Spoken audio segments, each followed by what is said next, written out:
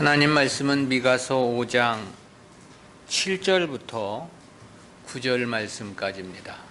제가 봉독합니다.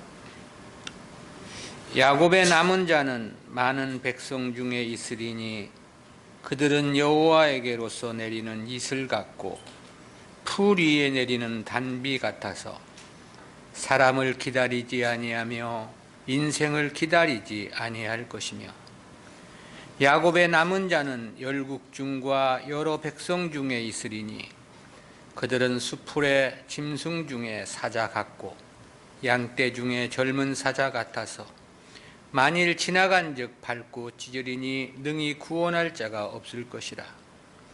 내 손이 내 대적 위에 들려서 내 모든 원수를 진멸하기를 바라노라. 아멘. 선민의 축복과 승리라는 제목으로 말씀을 듣겠습니다. 앞선 1절부터 6절은 말일의 위대한 왕으로 오실 메시아에 대한 예언이었습니다. 그리고 그로부터 세워질 새로운 선민국가, 즉 신령한 이스라엘이라는 신약교회와 그들의 종국적 승리에 대한 메시지였습니다. 이에 이어지는 7절부터 9절까지는 주님으로부터 주어진 은혜로 남은 자들이 누리게 될 축복을 보도한 부분입니다. 즉 메시아를 통해서 이루어진 신령한 이스라엘 신약교회의 성도들이 얻게 될 축복과 승리에 대한 예언의 말씀인데요.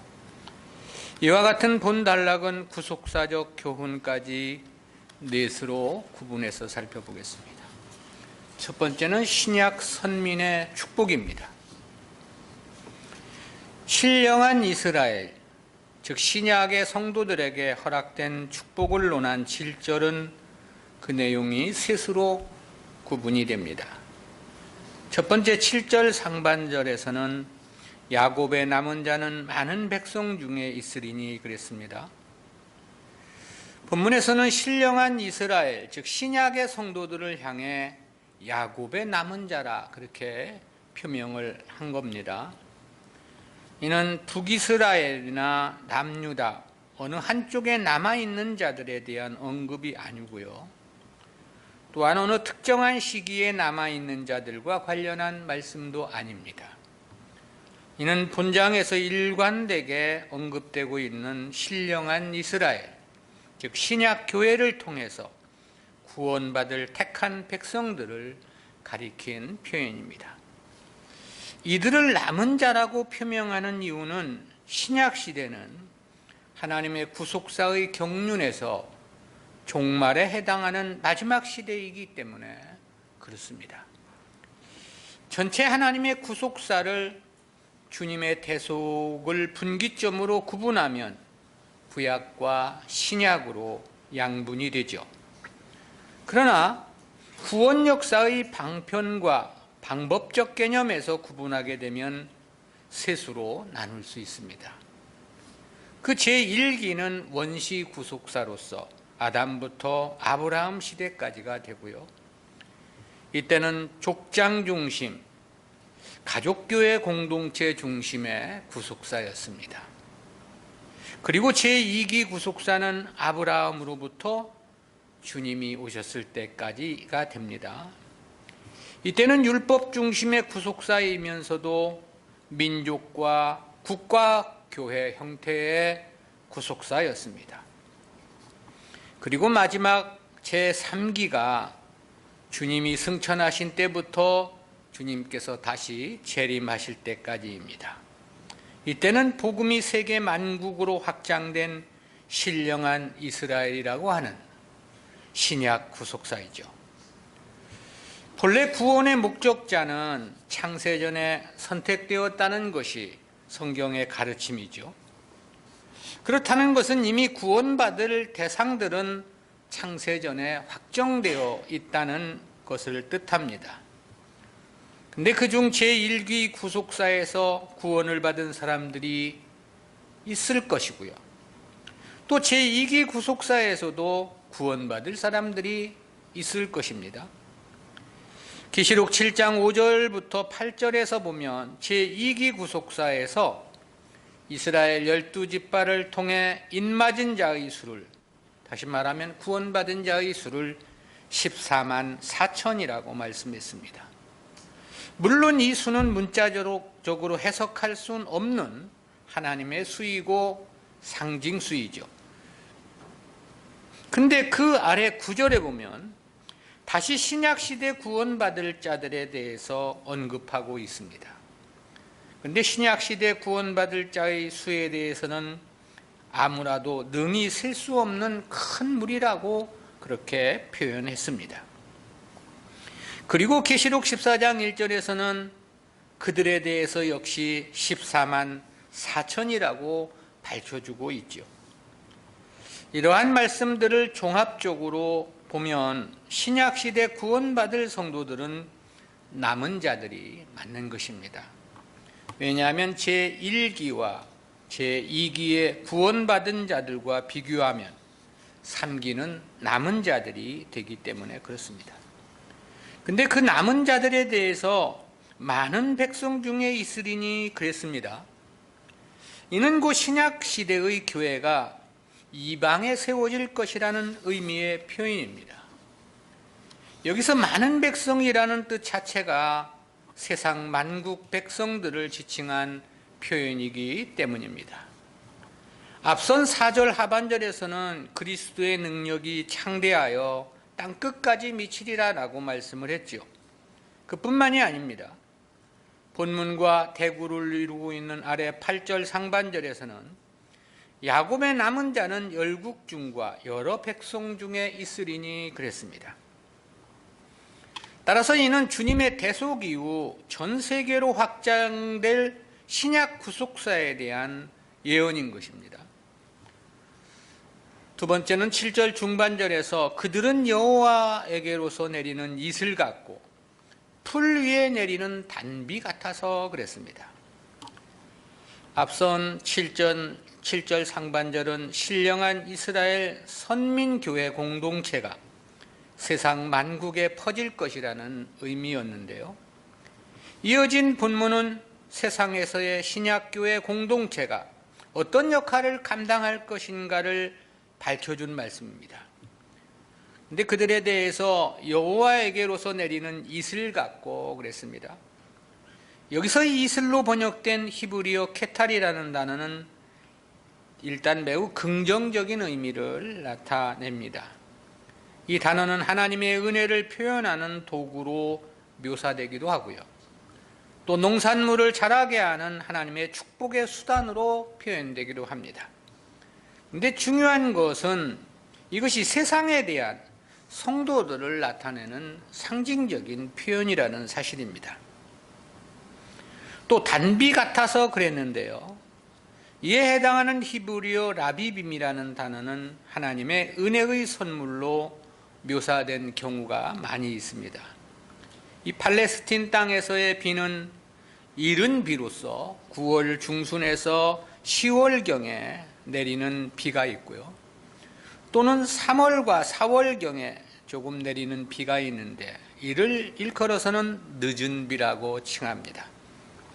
근데 이 이른 비와 늦은 비는 농사에 심히 크나큰 영향을 끼칩니다. 따라서 이스라엘에게는 그만큼 이 이른 비와 늦은 비의 가치가 심히 중요했던 것입니다. 근데 이를 비유로 해서 천하만국으로 확장된 신령한 이스라엘 선민 공동체를 가리킨 상징으로 표현을 하신 것입니다. 하나님께서 성도들의 가치를 그만큼 중시 여기신다는 의미가 되죠. 아울러 세상에 대한 성도의 신분과 역할이 그만큼 중요하다는 것을 나타내기도 합니다. 즉 세상이 하나님의 긍휼과 은혜를 입는 것은 하나님 백성들 때문이라는 명료한 표명인 것입니다. 세 번째는 7절 하반절에서 사람을 기다리지 아니하며 인생을 기다리지 아니할 것이며 그랬습니다. 앞선 내용은 교회가 천하만국으로 확장되고 성도가 세상에서의 핵심적 존재임을 밝혀준 말씀이었습니다. 그런데 본문에서는 성도가 세상을 어떻게 살아갈 것인가를 밝혀주고 있는 말씀인데요. 한마디로 세상의 도움으로 살아가는 것이 아니라는 그런 뜻입니다. 본 문장에서는 기다리지 않을 것이라는 단어가 2번 사용됐습니다. 근데 원문에서 보면 이 두 단어는 같은 단어가 아닙니다. 앞서 언급된 기다리지로 번역된 히브리어는 예카우에라는 단어고요. 이는 자신의 내적인 소망이 이루어지기를 간절히 바라는 상태를 나타내는 단어입니다.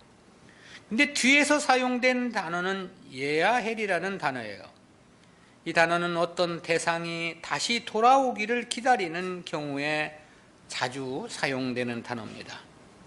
그러나 이 단어가 하나님을 대상으로 사용되는 경우 모두 어려운 가운데서 하나님을 향한 신앙을 포기하지 않고 하나님의 도우심만을 바란다는 그런 뜻에서 사용이 됩니다.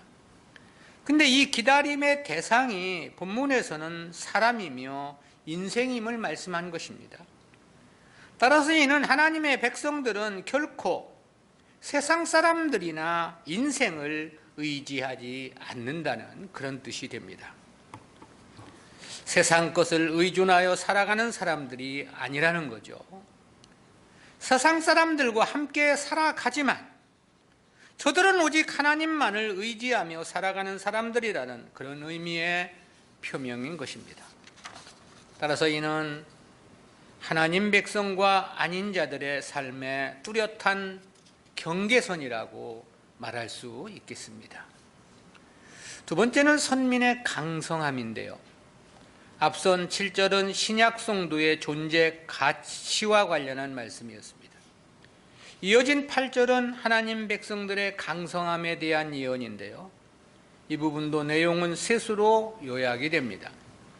첫 번째 8절 상반절에서 야곱의 남은 자는 열국 중과 여러 백성 중에 있으리니 그랬습니다. 이 내용은 사실상 7절 상반절과 똑같은 말씀이에요. 다만 본문에서 열국으로 번역된 이 빡코임이라는 단어가 하나 더 추가된 것만이 다를 뿐입니다. 그러므로 의미 역시 동일합니다.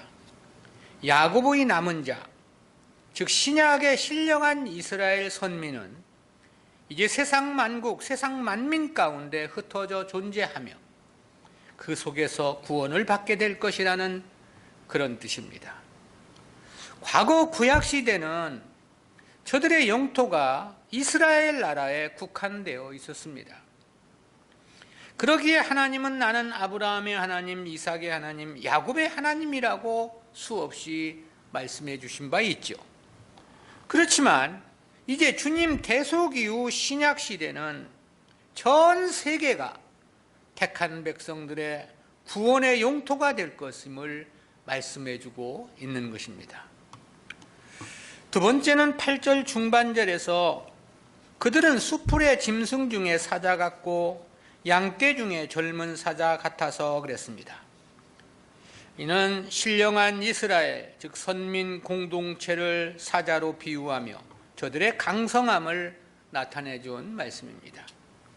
사자는 모든 짐승들 중 제왕의 위치를 차지하고 있는 가장 강한 동물이죠. 그런데 세상에 세워진 신령한 이스라엘이라는 선민 공동체가 그와 같이 강력할 것이라는 그런 뜻입니다. 본문에서 이 사자로 번역된 히브리어 아리는 야곱이 자기 자녀들을 향해 축복을 하면서 유다 자손들을 향하여 비유한 사자 새끼와 동일한 단어입니다. 창세기에서의 이 야곱의 축복은 소위 예언적 유언이라 일컬어지는 구절이기도 하죠.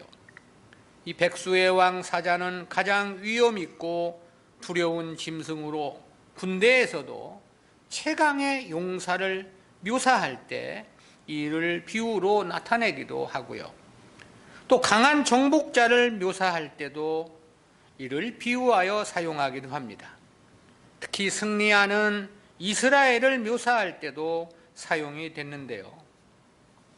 그런데 야곱이 이를 유다지파와 관련하여 사용한 것은 장차 유다지파에서 강하고 위대한 정복자가 일어나게 될 것을 나타낸 것이라고 말할 수 있겠습니다.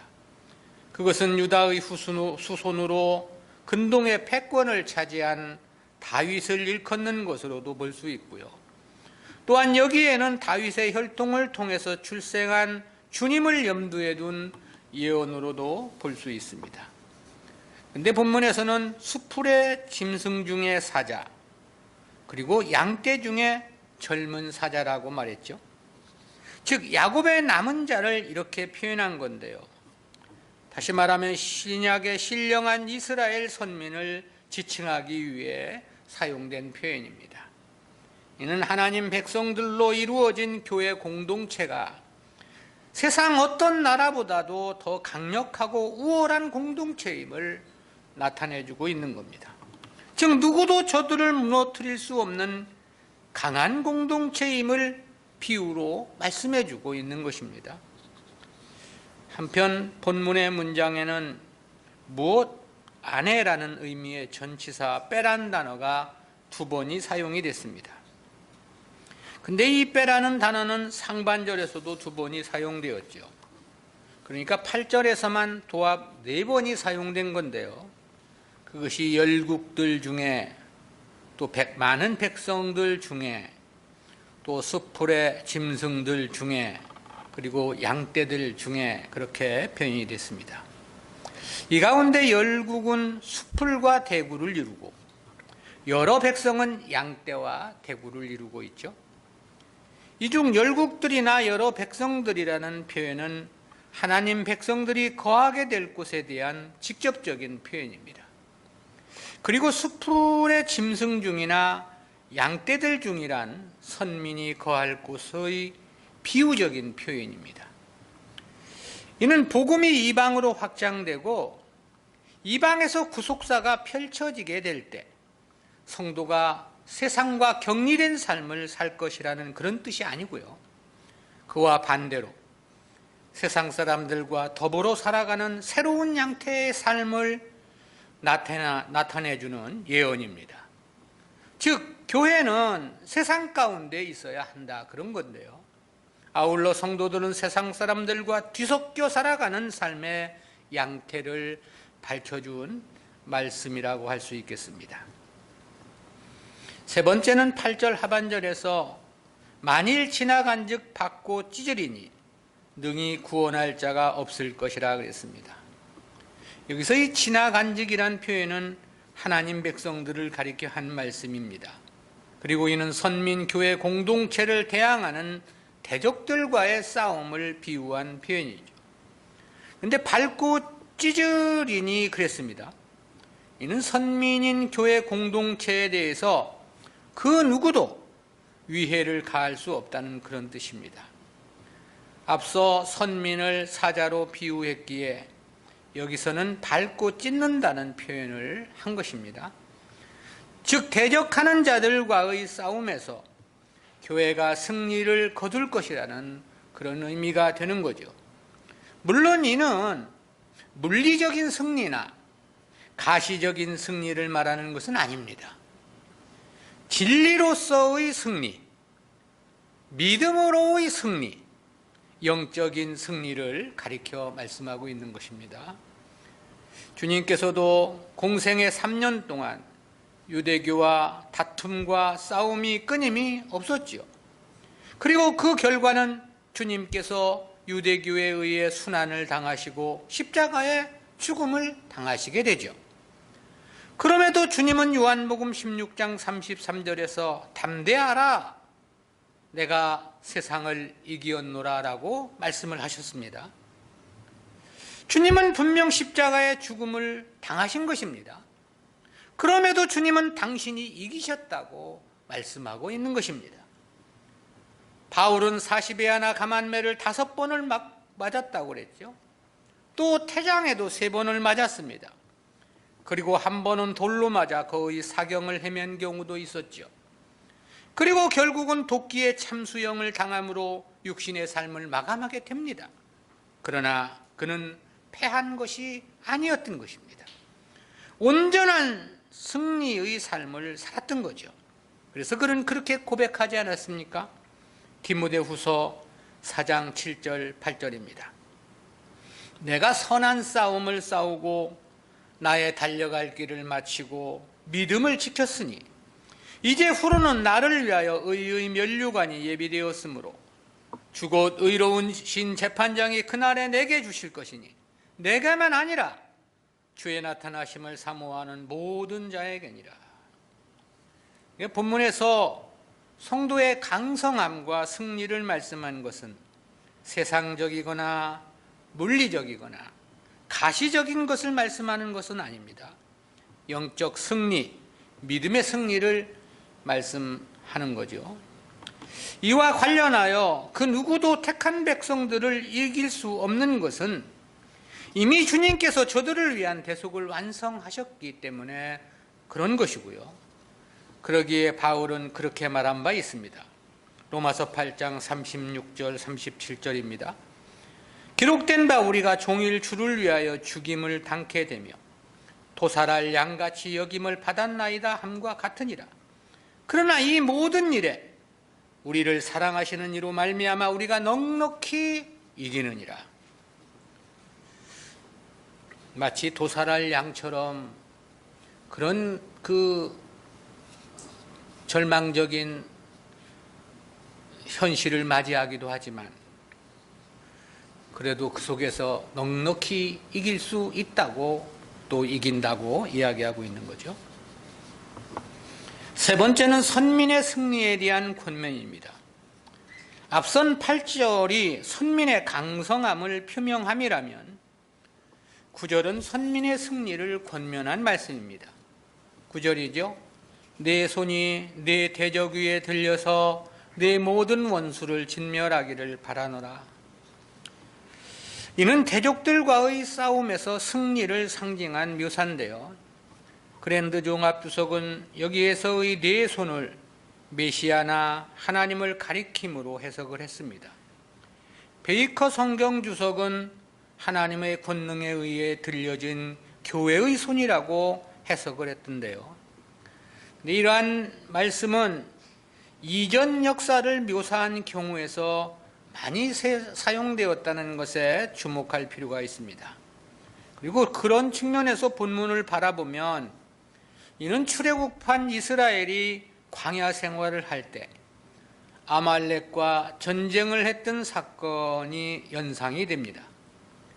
당시 전쟁에서 모세가 손을 들고 있으면 이스라엘이 승리를 했고 모세가 손을 내리면 아말렉이 승리하는 승패의 전환이 있었죠.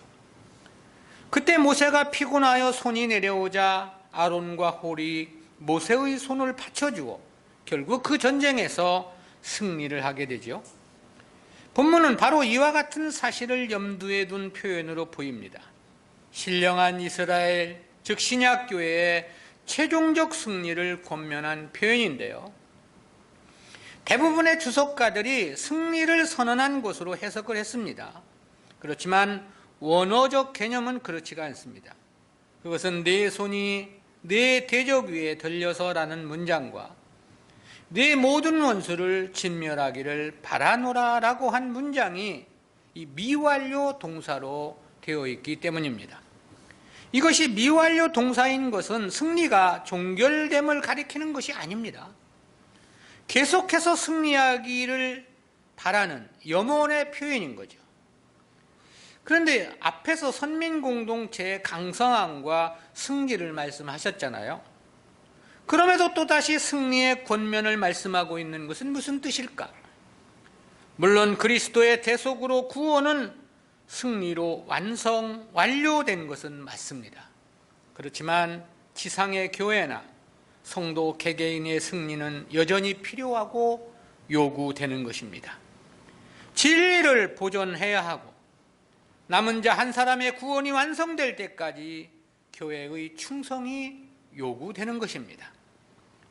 또한 하나님의 나라 영광의 상급은 성도 개개인의 행위에 따라 천차만별로 달라지게 됩니다. 따라서 이 부분도 성도 개개인의 승리가 요구되는 부분이죠. 바로 이를 위한 싸움이 교회가 져야만 하는 십자가이기도 하고 성도가 감당해야 하는 싸움이기도 합니다. 그래서 바울은 그렇게 고백한 바 있죠. 골로새서 1장 24절입니다. 내가 이제 너희를 위하여 받는 괴로움을 기뻐하고 그리스도의 남은 고난을 그의 몸된 교회를 위하여 내 육체에 채우노라. 우리는 이와 같은 말씀에서 두 가지 구속사적인 교훈을 생각해 봅니다. 첫 번째는 성도의 위대한 가치입니다. 그것은 7절에서의 성도를 가리킨 비유 말씀에서 생각해 보게 되는 교훈입니다.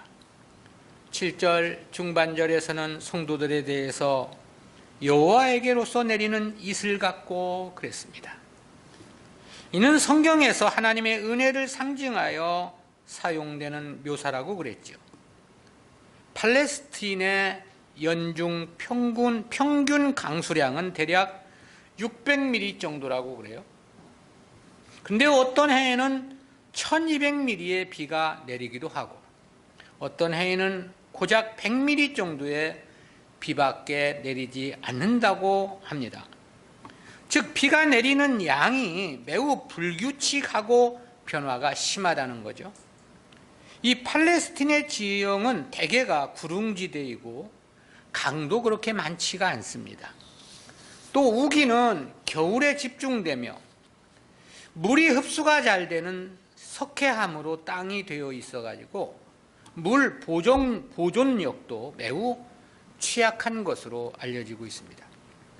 때문에 생활에 필요한 물은 지중해와 요단강의 습기가 심한 일교차로 생성되는 이슬로 공급을 받는다고 그래요. 이러한 이슬은 이 팔레스틴에서 연간 260일가량 내리는 것으로 전해집니다. 그중 농사와 살림에 도움을 줄 정도의 이슬은 대략 200일간 내리는데요. 바로 이 이슬 때문에 6개월 이상 계속되는 건기에도 목축과 농경을 위한 최소한의 수분을 확보할 수 있게 되는 것입니다. 그러므로 이슬은 단지 농작물을 자라게만 하는 정도가 아닌 것입니다.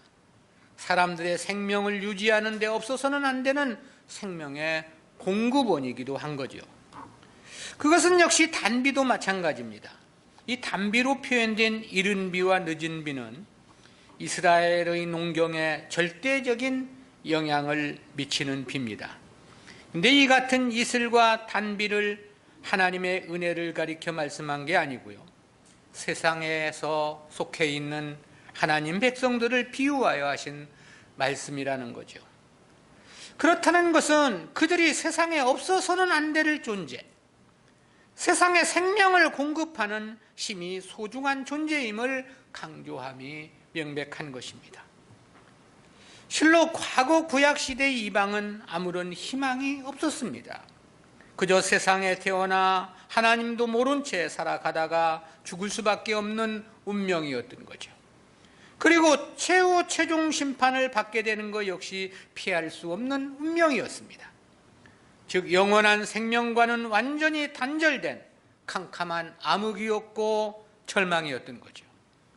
그런데 주님의 대속 이후 하나님의 구속사가 이방으로 확장됨을 말씀했습니다.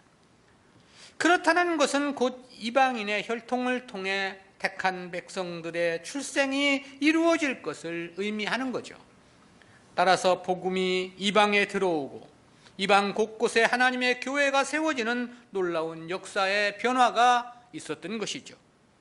그러므로 자연 하나님의 관심과 은혜도 이방에 집중될 수밖에 없는 새로운 시대가 열리게 되었던 것입니다. 따라서 세상에 대해서 성도는 이슬과 같은 존재이고 단비와도 같은 존재라고 말할 수 있는 것입니다. 세상에 하나님의 은혜가 지속되고 모든 만사 만물이 복을 받는 것은 순전히 하나님 백성들 때문이다라는 것입니다. 그것은 세상의 종말과 관련한 말씀에서 볼 때도 분명합니다. 이미 이 세상에 대한 심판과 종말은 예언되어 있고 정해진 수순입니다. 근데 그 심판의 때와 관련해서 성경은 그렇게 말씀해 주고 있죠. 계시록 7장 3절입니다. 가로되 우리가 우리 하나님의 종들의 이마에 인치기까지 땅이나 바다나 나무나 해하지 말라 하더라. 세상을 심판할 책임진 이 네 천사에게 택한 백성들의 구원이 완성될 때까지는 심판을 유보하라는 하나님의 명령인 건데요. 그러므로 세상이 오늘도 존재하는 이유는 바로 하나님 백성들 때문이라고 말할 수 있습니다. 그러기에 성도는 세상에서 가장 위대한 가치의 존재인 것입니다.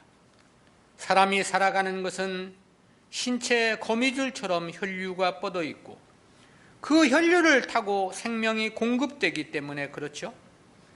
그처럼 성도는 세상을 복되게 하는 그 원천이다라는 것입니다.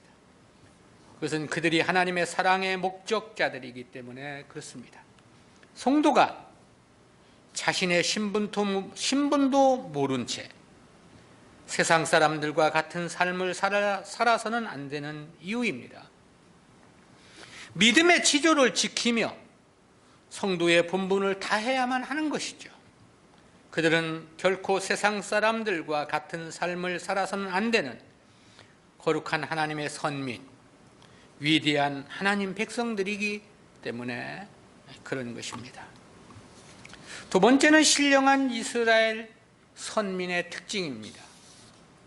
이 역시 7절 말씀에 함유된 교훈인데요. 7절 하반절에서는 사람을 기다리지 아니하며 인생을 기다리지 아니할 것이며 그랬죠.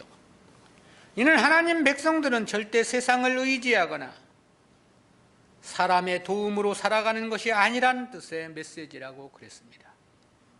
앞서 살핀 바와 같이 성도는 세상을 복되게 하는 존재이지 세상에서 무엇을 기대하고 세상 것을 의지해서 사는 존재가 아니라는 사실입니다. 7절의 본 문장에는 기다린다는 의미로 두 단어가 사용이 되었다고 그랬죠. 근데 이 두 단어는 공이 기다린다는 뜻만 있는 것은 아닙니다. 앞서 언급된 예카우에라는 단어에는 희망한다, 갈망한다, 기대한다라는 의미가 있고요. 뒤에 언급된 야헬이라는 단어 역시도 희망하며 소망한다는 뜻이 있습니다. 따라서 여기에는 강한 소망과 희망이라는 의미가 함유되어 있는 건데요. 근데 그것이 사람과 인생이라고 말합니다. 여기서의 사람과 인생은 세상을 총칭한 상징적 표현입니다. 이 세상에서의 대표적인 것이 사람이고 인생이기 때문에 그렇죠. 근데 여기에 아니라는 부정사가 첨부가 된 거예요.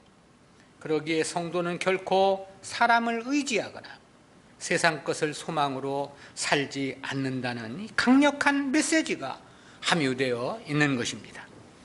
아울러 여기에는 진정한 교회, 진정한 하나님 백성이 과연 누구인가를 가르쳐주는 중요한 계시적 의미가 함축되어 있습니다. 신약 시대는 이방에 세워지는 새로운 교회임을 이미 신약 시대가 시작되기 700년 전에 이렇게 예언을 해주고 있는 겁니다. 때문에 성도들은 세상 사람들과 뒤섞여 살아갈 수밖에 없음도 말씀을 했습니다. 그러므로 신약의 교회는 처음부터 혼란과 혼탁은 충분히 예상되었던 일입니다. 왜냐하면 교회 안에 오히려 이방인들이 더욱더 많을 수밖에 없는 구조이기 때문에 그렇습니다. 그래서 주님도 그런 말씀을 하신 바 있죠. 마태복음 22장 14절입니다. 청함을 받은 자는 많되 택함을 입은 자는 적으니라. 즉 이 말씀 역시 신약 부속사를 교훈하시는 가운데 최종적으로 주신 말씀입니다.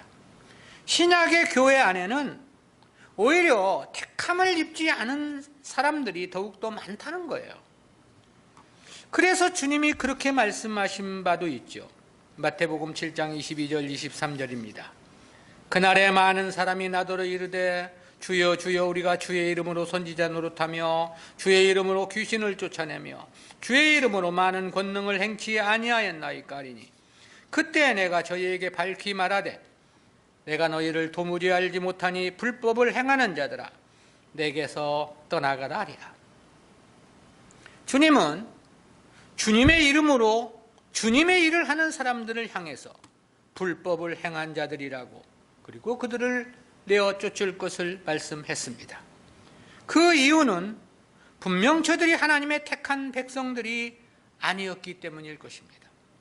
그런데 그런 사람들에 대해서 그날에 많은 사람이라고 그랬어요. 여기서 많다는 의미의 헬라어의 개념은 대다수, 대부분이라는 의미도 함축되어 있습니다.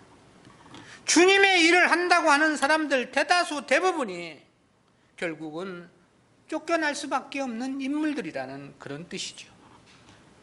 믿음 생활을 적당히 할 수 없고 가볍게 취급해서는 안 되는 것입니다. 왜냐하면 믿는다고 모두 인정받는 것은 아닌 것입니다. 교회를 나온다 해서 그것이 다 구원을 받는 사람들은 아니라는 것이죠. 오히려 인정받지 못하는 경우가 부지기수로 더 많을 것을 말씀하셨기 때문입니다. 그렇다면 우리는 주님의 인정과 불인정을 무엇으로 구분할 수 있는가? 즉 누가 하나님 백성이고 아닌가를 어떻게 분별할 수 있느냐라는 건데요. 그것은 바로 본문에서 가르쳐 주신 중요한 교훈입니다. 저들은 사람을 기다리지 않는다고 그랬습니다. 인생을 기다리지 않을 것이라고 말씀합니다. 즉 세상을 위해 살지 않는다는 거죠. 세상 것을 의지하지 않는다는 뜻입니다. 그것이 바로 신령한 이스라엘, 선민 공동체의 특징임을 밝혀주신 것이죠. 세상의 복을 강조하는 교회, 참 교회일 수 없는 이유입니다. 육신의 축복을 추구하는 자가 진정한 성도일 수 없는 이유이기도 하죠. 그래서 요한은 그렇게 말씀하지 않았습니까? 요한 1서 2장 15절입니다. 이 세상이나 세상에 있는 것들을 사랑치 말라. 누구든지 세상을 사랑하면 아버지의 사랑이 그 속에 있지 아니하니. 바울도 그렇게 말씀합니다. 로마서 8장 7절입니다. 육신의 생각은 하나님과 원수가 되나니 이는 하나님의 법에 굴복지 아니할 뿐 아니라 할 수도 없습니다. 우리는 과연 무엇을 중심으로 오늘을 살아가고 있는지 스스로를 돌아봐야 합니다. 모양만 내는 신앙생활은 아닌지 자기를 돌아보며 따져봐야 합니다. 민물고기는 바다에서 살 수 없겠죠. 역시 바다고기가 민물에 들어와 살기는 어렵습니다. 하나님 백성들이 살아가야 하는 삶의 영토가 따로 있다 이 말입니다. 그저 세상 사람들 삶을 모방하며 그들을 따라가서는 안 된다는 것이 성경의 가르침입니다. 그러면 어떻게 세상을 살아가는가? 이러한 염려, 걱정, 물음을 할 수 있겠죠. 세상 것은 하나님께서 책임져 주시는 것이지 우리의 힘으로 되는 것은 아닌 것입니다. 그것이 곧 믿음이고 그 믿음에 하나님의 응답해 주심이 있는 거죠. 기도합니다. 사랑의 하나님 은혜를 감사합니다. 오늘도 선민의 축복과 그들의 승리를 예언해 주신 말씀을 통해서 오늘 우리 시대 이처럼 이방에 흩어져 거하게 되는 선민교회 공동체의 놀라운 진리를 깨닫게 해주심 진실로 감사합니다. 하나님 백성들의 그 역할이 세상에서의 핵심이며 그들이 중심일 수밖에 없는 것은 그들은 하나님이 사랑하시는 하나님 백성들이기 때문임을 말씀을 통해서 생각해 보았습니다. 특히 하나님 백성들의 삶의 특징은 세상을 의지하지 아니하며 사람을 기다리지 않을 것이라고 말씀하셨는데, 오늘 우리의 삶은 역시 오직 하나님만을 의지하고 살아가는 것인지 우리들의 삶을 돌아보게 해주심 진실로 감사하옵고, 오는 세월들을 더욱더 하나님 한 분만을 의지함으로 살아가는 우리 모두가 될 수 있도록 은혜와 은총을 덧입혀 주옵소서. 감사드리옵고 예수님의 이름으로 기도드리옵나이다. 아멘.